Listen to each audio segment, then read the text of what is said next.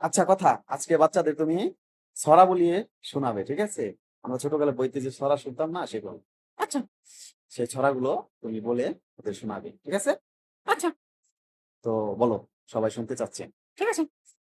ওই দেখো জয়িতার গাছ, ওই আমাদের গাছ, ওইখানেতে বাস করে কানামাগির চাঁদ।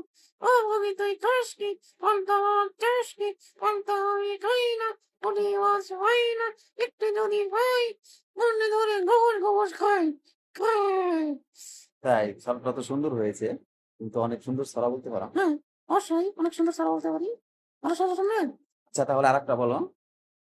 হাই ছেলেরা, হাই মেয়েরা, ফুল তুলিতে যাই, ফুলের মালা গলায় দিয়ে আমার দেশে যাই, আমার দেশে ঝড়ের দিনে আম কুড়াতে যাই।